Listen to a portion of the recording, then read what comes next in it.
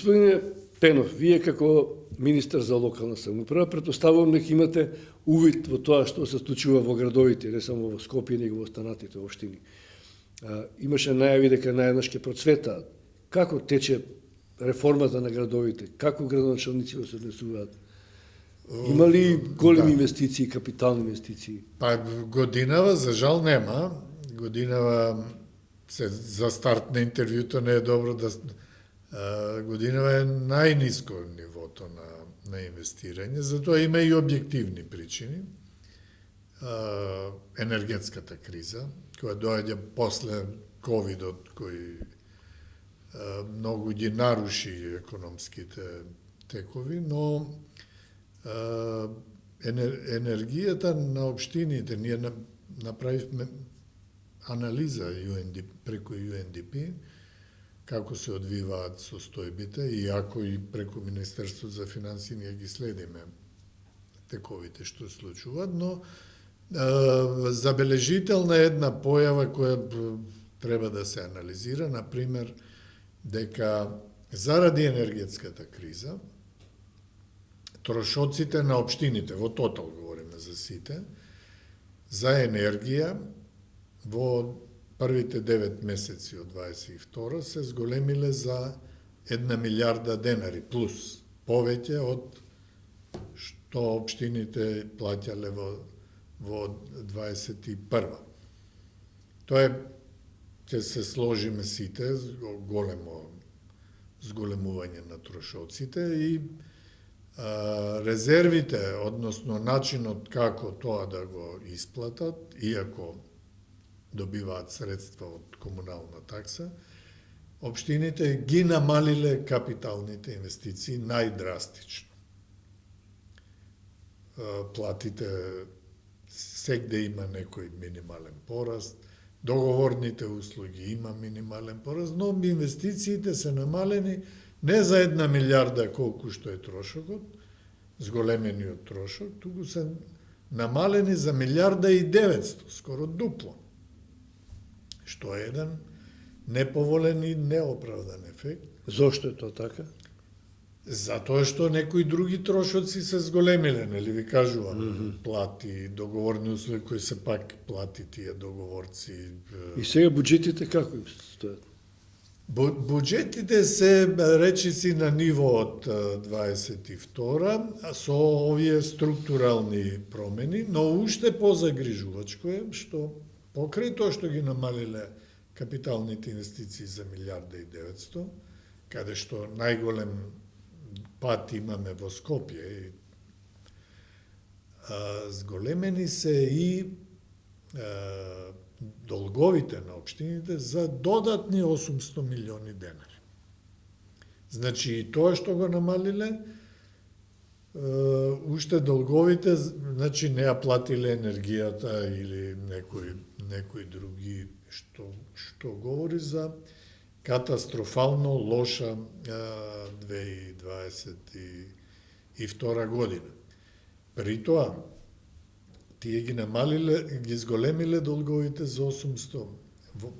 Говориме во тотал. Имате Скопје, например, кој има најголем пат на капитални инвестиции, нема зголемување на долгови. Општина Карпош пак е лидер во намалувањето на долговите. Речи си до нула, не се до нула, но еден извонреден интензитет на намалување на долговите, што говори дека другиве многу неекономично работеле и неефикасно кон граѓани. Значи не е само од објективни причини, сепак зависи од капацитетот. Објективните се зголемените трошоци. Начинот на ефектуирање е веќе субјективен, работа на менаџирање, на водење на општина, на одговорност кон граѓаните. Но господин министре, почнеме 2023. Реализацијата на капиталните инвестиции треба да следи. Значи тоа ќе отсуствува.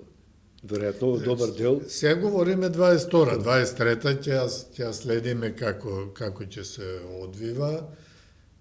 Очекувам дека е позитивна промена да се случи во овој дел дека бидејќи и енергетската криза притисокот го намалува и дека ќе имаме поголем фокус кон капитални инвестиции. Во овие кризни времења на енергетска криза, бевме сведоци дека имаше на некој начин повеќе градот го чувствувавме Скопје, но претпоставувам дека слична е состојбата во другите општини, побарувањата да ги решат проблемите, да ги реши владата.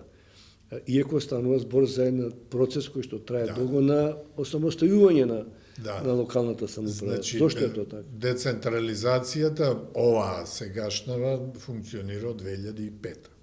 18 година не можеме да почувствуваме промена во преземањето на обврските.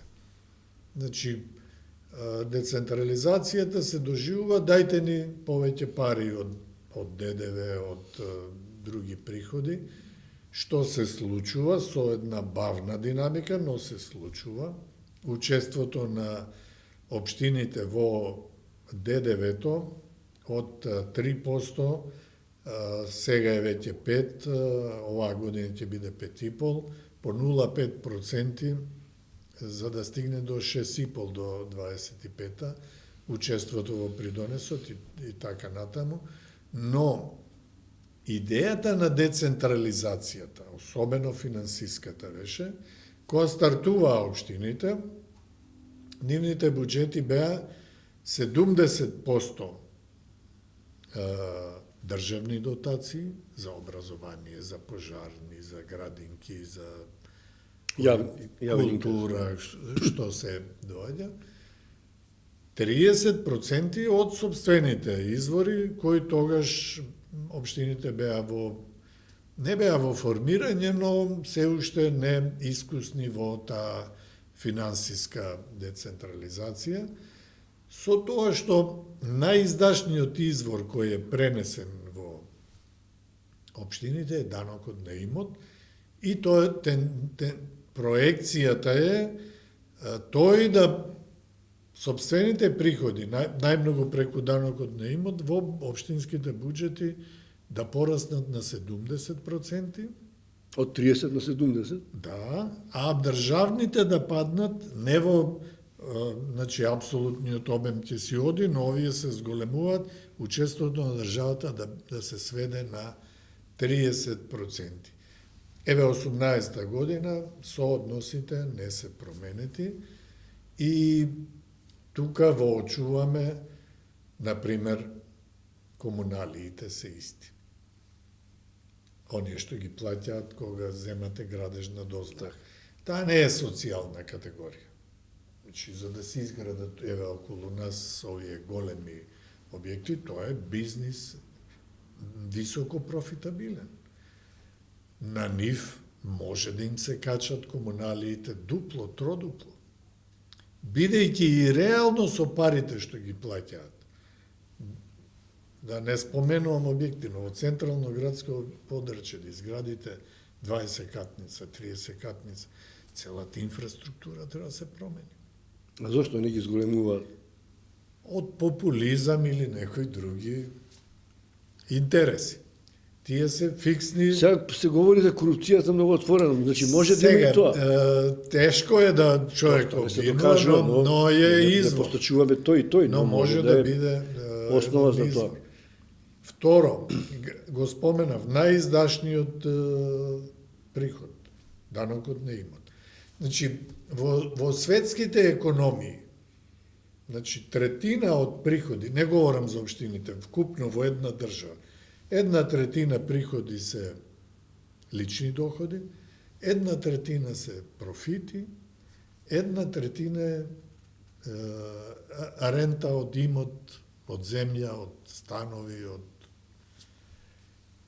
И тие се најиздажен извор на приход кој ние сме го дале да ги финансираат општините, но тука тие прво се соочија со едно неискуство да го преземат, бидејќи тој претходно беше, државата го наплаќаше, но немаше интерес и државата. Ниска е евиденцијата на објектите кои треба да се даночат. Во градот Скопје градоначалничката тврди дека само 30% од објектите ги има евидентирано, што значи поголемиот дел, повеќе од 2 пати, не успева. Така и во другите градови сигурно? И во другите имаме општини каде што воопшто не е воведен. Сега ние се нервираме, нели, за други цели. Арачиново немаше данок на имот, но секаде е. Тука морам да го пофалам општина Кавадарци, бидејќи заедно со USAID ние работиме да им помогнеме на општините да ги евидентираат имотите. И тоа се оди пешки, нели? Оваа улица се мапира, се барат собствениците и се евидентираат. Општина Кавадарци целосно успеа да го воведе. Ефектите од данокот ќе ги видиме, но мапирањето и внесувањето го има. Имаме случаи, например, општина Чаир, која во Скопје, која има неколку илјади легализирани објекти, не се внесени во базата во градот Скопје, при што не алудирам јас на општина Чаир. Градот Скопје требало да си, бидејќи легализацијата, последниот печат градот Скопје го удира дека е платен данок за да се впишеш, они не си го внеле во. Значи, еден неодговорен однос, а секогаш кој ќе дојдат проблемите, ајде владата да го реши. Па и граѓаните ги гледам, еве бездомните куќиња, нели, проблемите, телевизија што анкетира, па владата да преземе. Тој е целосна надлежност на... До кога владата ќе помага, бидејќи влегува во тој магепсен круг да мора некако да помогне и таа станува популистичка. Спомнав бездомните куќиња. Ние во Кавадарци градиме, почнуваме со проект да изградиме регионален центар за бездомни куќиња. Во Тетово имаме готов проект за Полошкиот регион. Треба општината да најде место да направат, тој треба и да функционира, како ќе се финансира, како ќе се одржува, има енергија, вработени. Значи, министре, од ова што говорите, спомнувајќи поединечни општини, од политички аспект, немате некоја мерка дека на овие даваме, на овие не даваме? Абсолютно. Дали се тоа во Маровски, дали се на Дуи, дали на Дука? Така нема, Ние, еве, општина Штип, комунално возило. Охрид побара игралиште за мини голф. Океј, го финансиравме. Заради недостиг на проекти со швајцарската влада, оваа година во Охрид ќе реконструираме кардиолошката клиника, болница, како се вика. Во Струга нефрологија, центарот за диализа, знаете, оние слики што ги гледавме за пуштеност, бидејќи не добиваме проекти кои се квалитетни. Значи ќе продолжите да помагате, иако ние мораме работите да паралелно на продолжиме. децентрализацијата како Знаете треба. како? Ако граѓаните се незадоволни од своите градоначалници, тие се незадоволни од своите услови, тие се незадоволни од владата. И ние мораме да... Ама тоа е, ми се чини дека пракса од минатото. Дека тоа на некој начин не да прекине, но мора еднашка да се намали, да се остава да созреат, да пораснат. Затоа и помагаме преку разни проекти. Еве сега во петокот подпишавме со UNDP да им изготвиме проекти со кои ќе можат да аплицираат по европските фондови, бидејќи главниот проблем е недостиг на квалитетни проекти. Како? Па тие во изборната кампања настапија сите со проекти. Тоа се идеи, тоа не е проект. Ама ние тоа како граѓани го доживуваме дека... Јас за Скопје, како е 250 електрични автобуси, таа е идеја. Ама на база на тоа се добиваат избори или не? Па граѓаните треба да водат сметка за на што. Затоа што градоначалничката функција станува менаџерска. Тие останат владата треба да бараат, велат ќе најдеме средства од донатори, од спонзори. Постојат донатори, постојат можности, но постојат и процедури. Тие се бавни, тие се строги. Реално, општините немаат изградено капацитет и сега што воочувам, например, ние работиме на подигање на капацитетот на општините, при што акцентот го ставаме на постојни градоначалници и постојни советници. Реков, тука ќе застанеме, тие ќе си одат. Ние треба да подготвуваме база за да бидат советници, градоначалници, да знаат да работат по европска процедура, по... Бевте своевремено градоначалник, не верувам дека сте престанали да го гледате градот и како човек, не само како министер за локална самоуправа. Ова зашто говорите, советот и градоначалникот, тоа се две функции важни и треба да работат комплементарно, но не секогаш е така. И во Скопје, верувам дека и во други градови, па настануваат политички коалиции за буџет и за не. Да. Како го оцените тој однос? Кој е надлежен фактички за еден градоначалникот или советот? Зошто во Скопје дојде до таква диспропорција меѓу едните и другите? Тоа е политички однос. Видите, јас бев 8 години градоначалник на Скопје, 6 години бев во опозиција. И немав ни совет. Значи, ќе менаџираш. Ќе усогласуваш. Ако ти е идејата проект да помине, да се реализира, да функционира градот. Тука нема лек од озгора.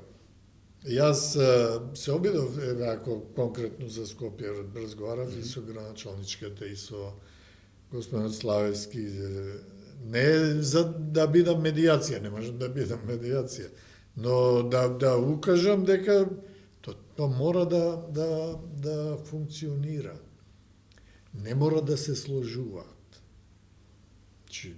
Идејата на совет и градоначалник е check and balance, нели?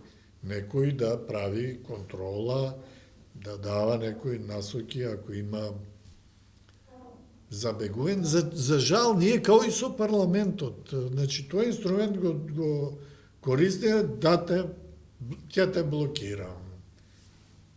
Ама цехот го плаќаат граѓаните и на државно ниво во парламентот, најнепосредно. Почнавме ние со енергетската криза, нели?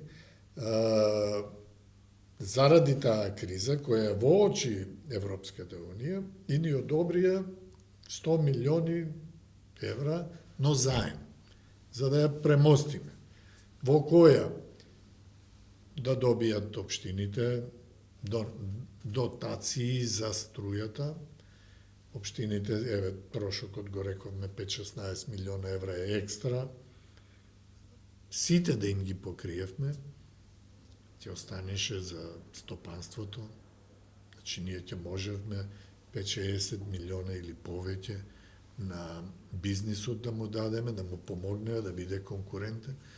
Блокирање во парламентот токму од пратеничката група на ВМРО, а не обвинуваат или барат, помогнете им на општините во енергетска криза.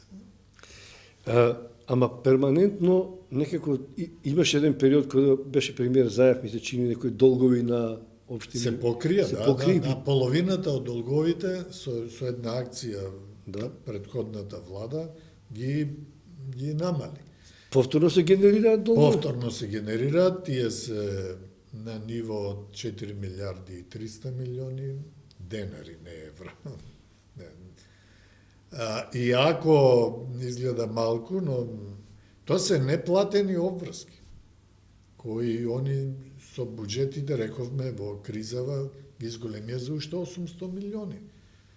А не заради капитален проект, не заради да ја платат струјата, бидејќи билансот го направиле, за 1 милиарда намали капиталните, платија струјата, не, долговите зошто растат?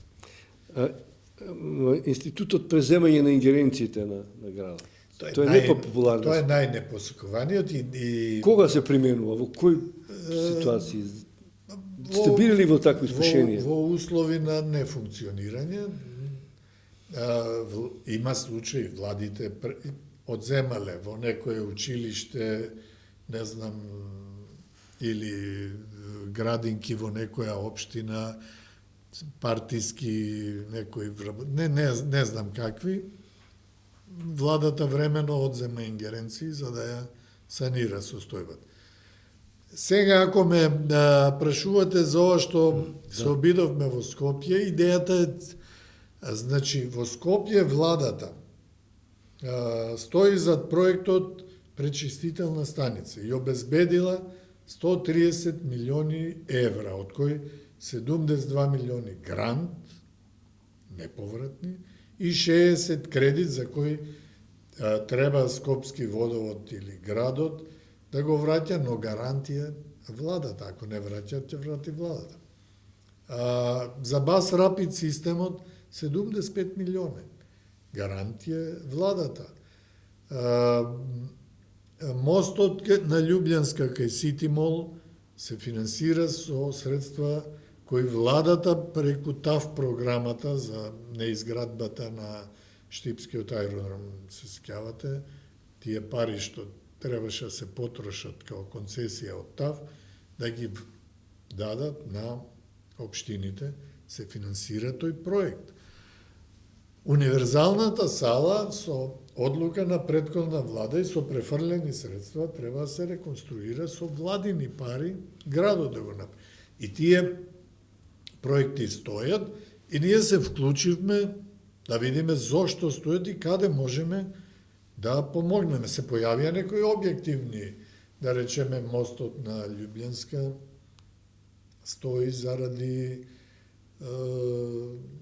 археолошки истражувања.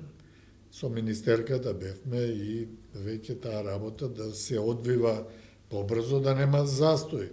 Кај универзалната сала, бидејќи имаме различни мислења, градот мисли дека проектот е небезбеден, рековме дали градот ако е согласен, да ја преземеме времено како институција универзалната сала, а потоа пак да ја вратиме. Не со идеја Да присвоите. да, бидејќи има доволно институции, Министерство за култура, не му треба. Но да се забрза сето тоа, да функционира. А гледам дека луѓето малку сакаат подсврста рака и кога беа превозниците, па земете ги ингеренциите. Само да се реши проблем. Не е во ред се, мислам дека моментално може побрзо да се реши, но долгорочен негативен, ние мора да се научиме да тој што го има проблем, да си го решава проблем. Денови разговора со колешка од Лондон, каде што имаше пример за загадувањето на Лондон.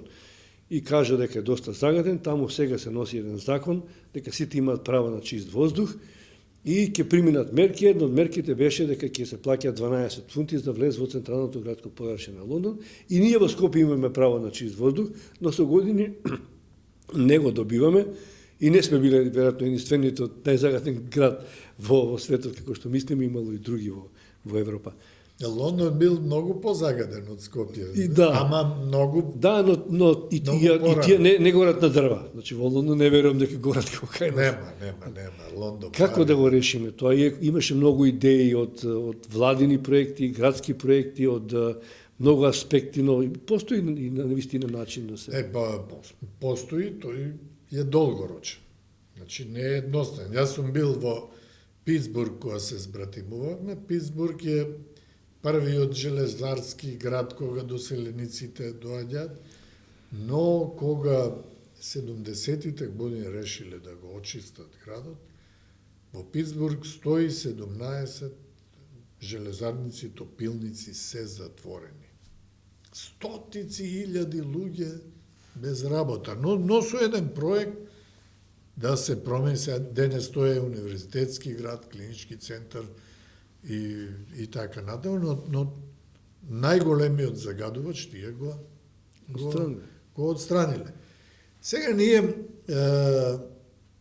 сме во една економска ситуација кај што не можеме да си дозволиме, актуелно е ова со цементарница, нели? Па што не ја дислоцират?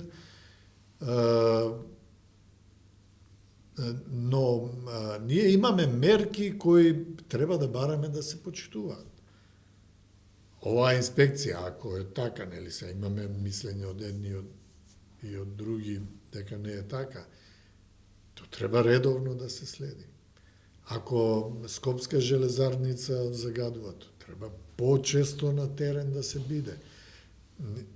И илјадници други такви капацитети. Јас само да влезете во Кожара, во Газела, таму има стотици фирми мали приватни кои чади нешто. Гори.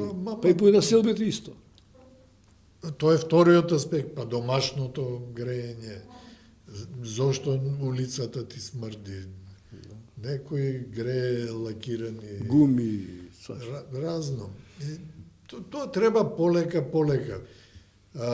На долг рок ние мора сите да преидеме на централно грејење. плинот. Плинот Гасификација. треба да биде, гасификацијата треба поинтензивно да се, тоа е веќе државен проект. Доста долго го нема гасот. А услови, предпоставки се создадени. И да заборавиме о политиката на популизмот. Например, кога се воведоа Еко 2 стари коли во Скопје се преполни. Па најмалку 100.000 неквалитетни возила влегоа во Скопје и тоа автоматски ја. Значи треба како во Лондон да се плати некоја такса. Не да си ги на некој начин, но да си водиме еве околу вас тука гледам градба. Значи не можеш ти да градиш и да креваш прашина и да то се како ги викаат овие честички PM 10, PM 2. Тие се најштетните. А он тука ќе си копа, ќе истура камионот. Тој не дозволил. Тука еден инспектор, ако му наплати 2-3 казни, сите ќе се внимаваат. Ќе внимаваат. Уште едно прашање за крај. Дали размислувате можеби за повторно промена на територијална подреба, многу општини, како да има и ситни општини, многу мали кај што не може да прават. Не е бројката. Еве, со словенечкото искуство разменувавме. Словенија 212 општини. Исти сме по големина и по број на население. И они исто, нели, имаме вакви општини, такви општини. Територијалната кај нас е тешко политичко прашање. Јас бев жртва на таа територијална дека предавство, федерализација, како е што. Си дојдоа на бранот на територијалната на власт. И тие што критикуваат. И водечката партија и сите пратечки не променија ништо. Им заврши мандатот, еве територијалната е иста. Не е клучот во тоа, но и тоа го разгледуваме. Иако заради тие политички атмосфери, повеќе разгледуваме некој тип на асиметрична децентрализација. Општини со повеќе надлежности, општини со помалку. Во зависност од капацитетот, но далеку сме. Уште нешто да ви кажам, но прашањето уште посилно ни удара, еве ги податоците од пописот. Имаме страшно намалување. Имаме 3 општини во кои повеќе од 40% од населението е намалено. Центар Жупа, Мавро Ростуше и најзачудувачки, не можеме да си го објасниме, Ново село Струмичко. Ако анализирате општина со најголем капацитет, потенцијал, односно, граница е тука, можности, бизниси, движења, земја најплодна, близу до центар, релативно добро поврзана со Струмица, а највисокиот процент, 40 и скоро 5% од населението, од Ново село се исели. Тоа се феномени. Тоа е чуден феномен, визави мерките, нели, што ги правиме да во неразвиените подрачја да инвестираш, овде ти заминува едно подрачје во кое релативно подобро се живее, можностите се И уште последно, плановите идни, што планирате се, како владава, што прави на планот на локална самоуправа? Наш главен приоритет ќе биде капацитетите на општините да ги зајакнеме, да ги вовлечеме повеќе во овие европски проекти. Замислете, ИПА 3 почнало на 21 буџетот на Европска унија, 21-27, ние сме 23-та, ИПА 3 ни е отворен само со Бугарија. Еве, во февруар со Грција, со Албанија, со Косово, со Србија стои. Затоа што правилото е, додека не се исцрпи ИПА 2, не се отвара ИПА 3. Што значи ние неефикасно ги трошиме. Да не говорам за содржината на проектите кои таму се аплицираат и се финансираат. То мораме да го подигнеме, без оглед на тоа што вие велите фалби, тие си се нормални, најмногу инвестиции, најдобри вакви, сертификати и сето тоа. Главната оценка и на Европска унија, и на сите партнери со кои работиме е ниското ниво на капацитет во општините. Тоа не префрлам топка, тоа ниско ниво е и во јавната администрација. Значи, не си префрламе топка. Тоа е мојот ресор, ја него го оценам, со него треба да се соочам. Ви благодарам што бевте гостин на Фронтлайнер.